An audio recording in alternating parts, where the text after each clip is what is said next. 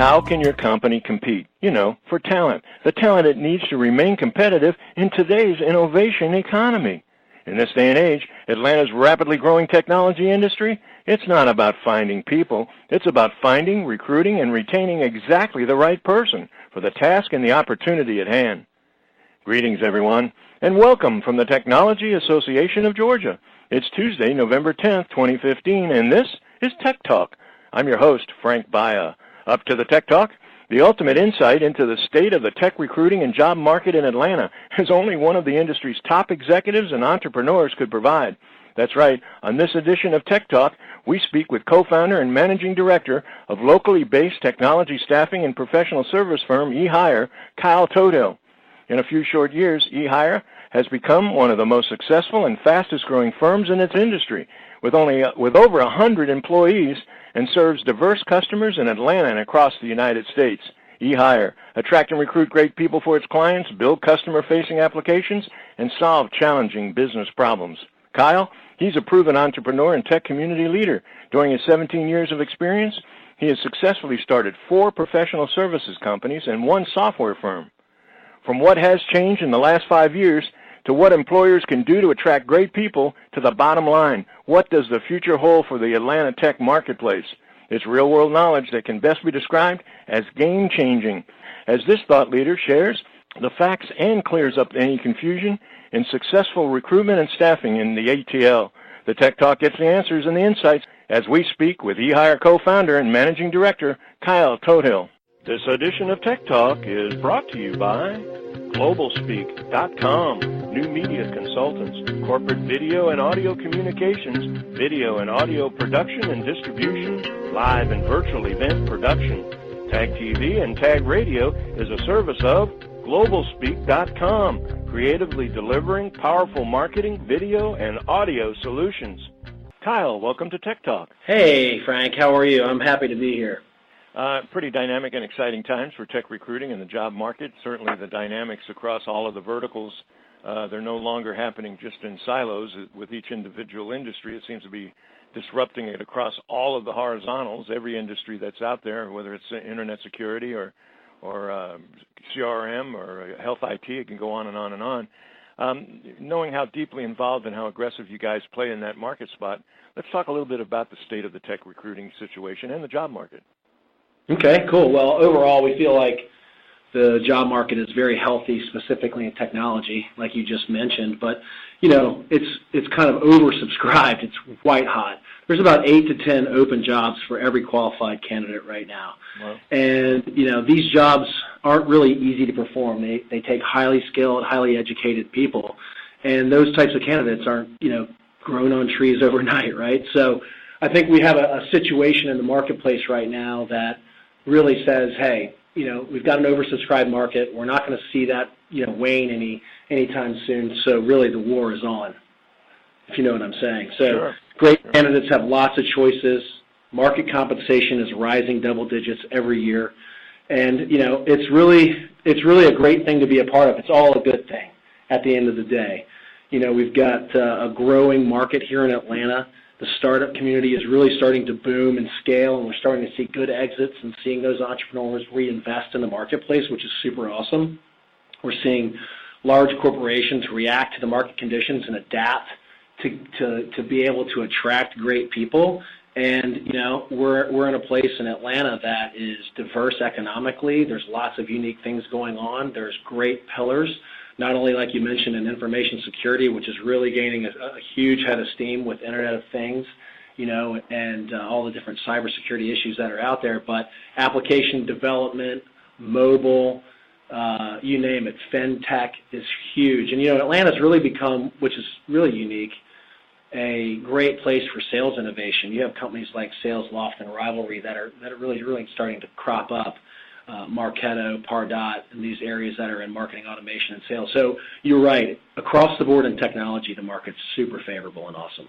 Well, in talking about what you're seeing, let's talk a little bit about what you've seen, and that's taking a look at how things have changed over the past 5 years. I'm sure a lot of what you've described are results of what's happening over those last 5 years, but take us back a few and see kind of a comparison. You know, they say you're destined to repeat the past if you don't know it, or whatever that saying goes. How does it look 5 years ago, and how does it look now in terms of that?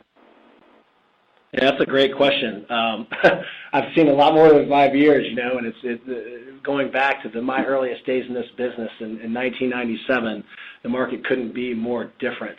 Back in the .com boom in the 2000s, the early 2000s, late 90s, it was very frenetic. Now it's different. But first of all, from 5 years ago, to answer your question, the economic environment is just overall much healthier. It's hard to believe that 5 years ago, things like the iPhone were in its infancy and was just a new product, and that Android really was just starting to come out. Mm-hmm. I think what you've seen between now and 5 years ago is really a huge technology shift. Right? 5 years ago, big companies were stuck. They didn't understand their employment brands or what great people wanted. They were basically in the middle of just preserving capital, and they were shell-shocked from the recession. And great people started to look for a different type of employer. Today, candidates don't just look for money or benefits or perks when looking at a new role. They want to work somewhere they feel like they can be impactful. They really want to be challenged. They want to work on disruptive products. They want to have a great opportunity to do something meaningful. And I don't think that story was as pervasive 5 years ago. It was few and far between. Something else that's really changed, and it's really, really, really changed is, commuting. It's no longer just a four-letter word that everybody has to deal with. People just simply aren't doing it anymore, and they won't even look at opportunities where a lengthy commute is out there. And what that's really created is what we call kind of local sub-markets, places like Buckhead Tech Corridor with the Tech Village and Piedmont Center. You've got places like Ponce City Market, in East Atlanta and Decatur, where new technology companies are growing. You've got Midtown, Downtown, West Atlanta, Alpharetta, Duluth. You've got these different sub-markets, and really different types of, workers are in these environments. In the downtown Ponce City Market, it's more kind of your hipster developer, high-end, coders. In Alpharetta, it's more of your executive IT types. People want to live, work, and play in more geographically central areas. And I think that that's a huge, huge difference. And as a result, you're seeing big companies like Home Depot, the Coca-Cola Company, Stanley Black & Decker, AT&T, build innovation centers around where the talent is, versus 5 years ago they would say, hey, you're coming to Alpharetta, you're not going to have a job. Right. So that's really changed. Something else that's changed, is that, job postings are just less effective. The traditional, hey, I'm going to buy an ad on Monster or Dice or LinkedIn, I'm going to post my job. Those used to be the way that you got great candidates to apply for your jobs, and now really, because unemployment's so low, people aren't listening to the noise. And as a result, if you don't have credibility, if you don't have a relationship, then a person that's gainfully employed is not going to stop and listen to your opportunity. So I think it's become a lot harder to get the attention of great people. And, a lot of that has to do, quite frankly, with, really the major technology shifts, the shifts in mobile, the shifts in cloud, that have dropped the barriers of entry for great people to do their craft. For example, 5, 6, 10 years ago, if you wanted to develop software, you needed to be somewhere where someone could afford a big development environment and afford machines that could allow you to process big chunks of data. Now all you need is a credit card and access to the internet, which is super amazing, and that's created a huge center of an innovation type of environment that's really starting to take hold. Yeah, but has anything really happened over the last 5 years?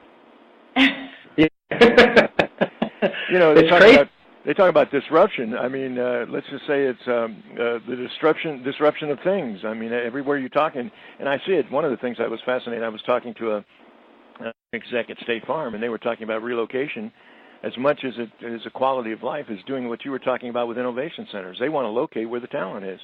And so it's not only opening outreach centers for innovation, it's literally moving entire operations from one geographic location to another simply because the talent is here. Now, that's the one side. The other side is good news, bad news, I guess, and maybe it's not so much bad news, but what in the world do employers do? Because now you've got these great people that, as you point out, are looking for more than the traditional money or perks. You can't just make yourself, quote unquote, a great company in terms of, say, company culture and say, the proper kind of initiatives and virtues. How do employees do to attract great people? That's a great question. We get asked that every single day, and a lot of it has to do with self-reflection. A lot of the companies that are having trouble recruiting great people are unbelievably good marketing organizations. They understand at detail how their customer purchases, how they look at, how they engage with their customers, and they don't have a clue what great people want. Mm-hmm. And at the end of the day, recruiting is a sales job, and I think great companies can stop for a second, and start to understand what great people want. Great people want to make an impact. They want to be challenged, and they want an opportunity that they take a risk to come work for you, that's going to be, meaningful to them, not only financially, obviously, but also for their careers and for the work that they're actually doing.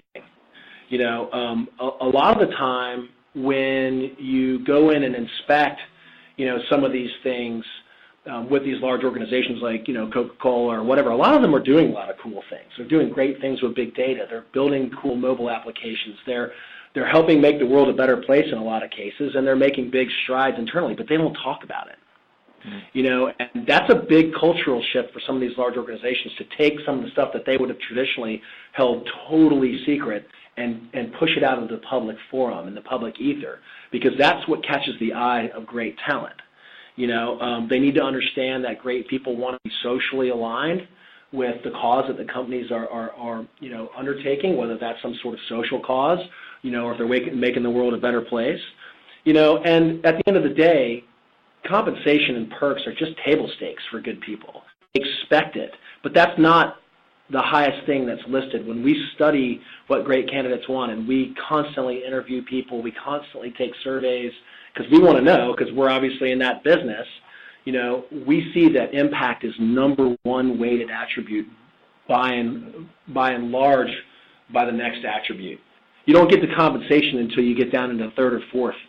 So perks and benefits, no surprise, are 10th out of 10. Well, in that kind of environment, knowing you as many of our listeners do, and the reputation of eHire, stakes, the game probably is not even a properly used term, but the level of professionalism and the sophistication that you approach it. One of the things I think maybe might be an interesting insight for our listeners is to, you talk a lot about what great people do and what employers do. Well, why do you do what you do? That's a really great question. I got to say, I'm super passionate about changing people's lives for the better. It sounds people like that work. Yeah, the people that work. Truly, I can hear the passion in your voice. Excuse me for interrupting. Go ahead. Well, it's for real. God put me on this earth to do what I do, and I truly believe that. And we're really, really good at it, and it's really, really rewarding. And, the great part about that is by helping, change people's lives for the better, you help our clients achieve great things. And that's nothing more rewarding than getting a pat on the back or being recognized by your clients and your candidates. Say, hey, man, what you do is important. It's noble. A lot of time, people in our industry, the status quo can sometimes be pretty ugly. We seek to challenge that status quo by just creating, customer and client experiences that are meaningful and that really transcend the status quo, because we love to do what we do. And the other reason that I love this business is because I get to help be a part of what's going to be a pretty awesome run in Atlanta for the next 20 or 30 years, and help this town be great. Because I believe it can be, and I believe that we have all the tools, the pieces, the people, the alignment that we need, and if we can really focus on growing Atlanta and making that our underlying cause, we can all really wave the banner. So I guess that answers your question, but I love what I do, and I believe in it. Well, it's pretty exciting stuff. I mean, there's nothing more unique than altruistic motives for doing something and having the ability to have adulation come out of it and a meaningful reward. I mean, that's the best of all worlds. So hats off for all of the things that you're talking about. And really, I got to compliment you, Kyle, the insights that you've been given over the last few questions that we've been talking about. I think are spot on. I think a lot of our listeners are going, yeah, I thought that, or boy, I didn't realize that. So hats off to you. I think I'd be a little remiss, though, before we close, and to touch on, you mentioned, I love the fact you talked about 10, 20, 30 years out. We jokingly say, so 20 minutes ago. I don't know that you can really project out in any place in any technology that far out, but maybe give as a close our insight as to what does the future hold for Atlanta and the tech market here. Well, first of all, I believe the future is exceptionally bright for Atlanta. But some reports that I've seen state that Atlanta's going to have probably about 18 million people living in it by 2050, which is a scary thought to all of us that drive cars. But I think that as we tend to move away from our own transportation, people live and work and play in closer proximities, I think that's actually going to be a really good thing for our city. I think that's going to continue to create a lot of economic diversity, and as a result, a lot of opportunity. There's going to be over 100 million people living in the South by that time. So I think the whole South in and of itself is a great place to be. We've got great resources, great education centers, and a great town in this one. I think that the other trend that we see, is this trend to create these tech submarkets, like I mentioned before, like Buckhead Tech Corridor, Ponce City Market, West Atlanta, Midtown, Galleria. I think you're going to continue to see the focus on these areas and actually having people, that really don't commute more than 10 or 15 minutes. I think that the barrier of entry to develop software is going to continue to drop, and as a result, the emphasis on hiring great people becomes paramount. Because you don't have a capital advantage, you have to be able to sell, you have to be able to recruit great people to come work for you if you want to maintain your edge.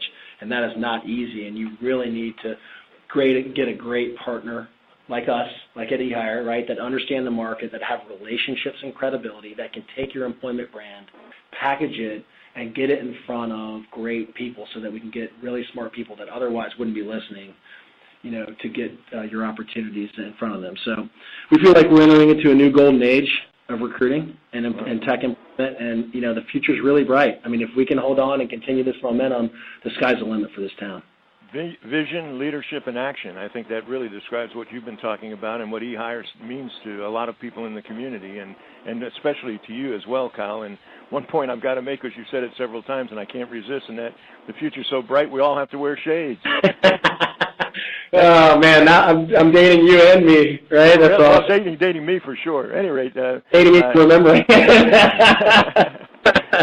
Well, listen, it's been great, Kyle. Thank you so much for some great insights and some observations that I think a lot of our listeners, as I mentioned, think either spot on or learn from. And I know you're running like crazy, doing a lot of great things. Thank you so much for taking time from your busy schedule to join us for a few minutes today on Tech Talk. Oh, you're welcome. We're happy to be here. Thanks, Frank. I appreciate you.